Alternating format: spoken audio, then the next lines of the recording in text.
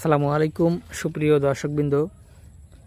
আজকে মূলত যে ঘাসটি দেখতেছেন এটি ইন্দোনেশিয়ান স্মার্ট নেপিয়ার হাইব্রিড ঘাস।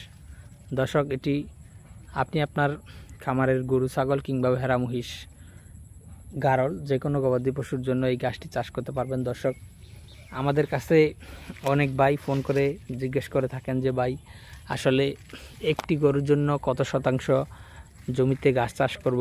আবার অনেকে জিজ্ঞেস করেন যে 10টি গরুর জন্য কত শতাংশ জমিতে ঘাস চাষ করব। দর্শক, সেক্ষেত্রে আপনাকে আগে সিদ্ধান্ত নিতে হবে যে আপনি কি ঘাস চাষ করবেন, এবং পাশাপাশি আপনাকে আগে সিদ্ধান্ত নিতে হবে যে আপনি কি ধরনের গরু পালন করবেন। আপনি কি ষাঁড় গরু পালন করবেন নাকি আপনি গাভী গরু পালন করবেন।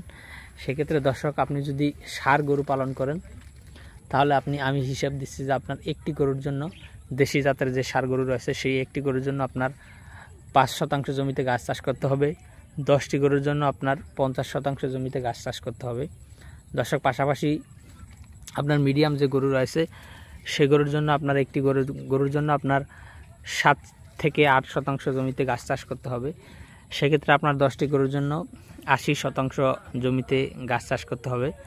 তারপরে যেটি রয়েছে বড় জাতের যে গরু, বিশেষ করে আপনার ফ্রিজিয়ান জাতের যে বড় জাতের ষাঁড় গরু রয়েছে বা অস্টাল জাতের যেই ষাঁড় গরু, বড় জাতের যে ষাঁড় গরুগুলো রয়েছে সেই গরুর জন্য আপনার একটি গরুর জন্য 10% জমিতে ঘাস লাগাতে হবে। সেক্ষেত্রে আপনার 10টি গরুর জন্য 100% জমিতে ঘাস লাগাতে হবে। দর্শক, এটা আমি মূলত ষাঁড় গরুর যে হিসেবটা দিলাম, মানে যে একটি গরুর জন্য কত শতাংশ লাগে বা মিডিয়াম, ছোট এবং বড় গরুর জন্য সেটা বললাম। তো দর্শক, আপনি যদি গাভী গরুর জন্য ঘাস চাষ করেন তাহলে আপনার ষাঁড় গরুর থেকে প্রতিটি গাভী গরুর জন্য 2% করে বাড়িয়ে ঘাস চাষ করবেন। অর্থাৎ ফ্রিজিয়ান যে বলেছি 10% লাগে একটির জন্য, ফ্রিজিয়ান জাতের যে গাভী রয়েছে সেই গাভীর জন্য আপনি 12% করে চাষ করবেন।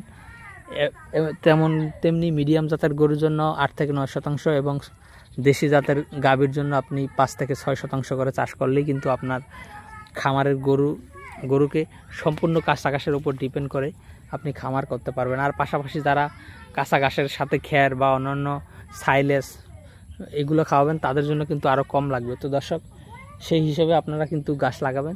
তো দর্শক, আপনি যদি যে কোনো ঘাসের কাটিং সংগ্রহ করতে চান তাহলে আমাদের স্ক্রিনে দেওয়া নম্বরে যোগাযোগ করবেন। সকলকে অসংখ্য ধন্যবাদ।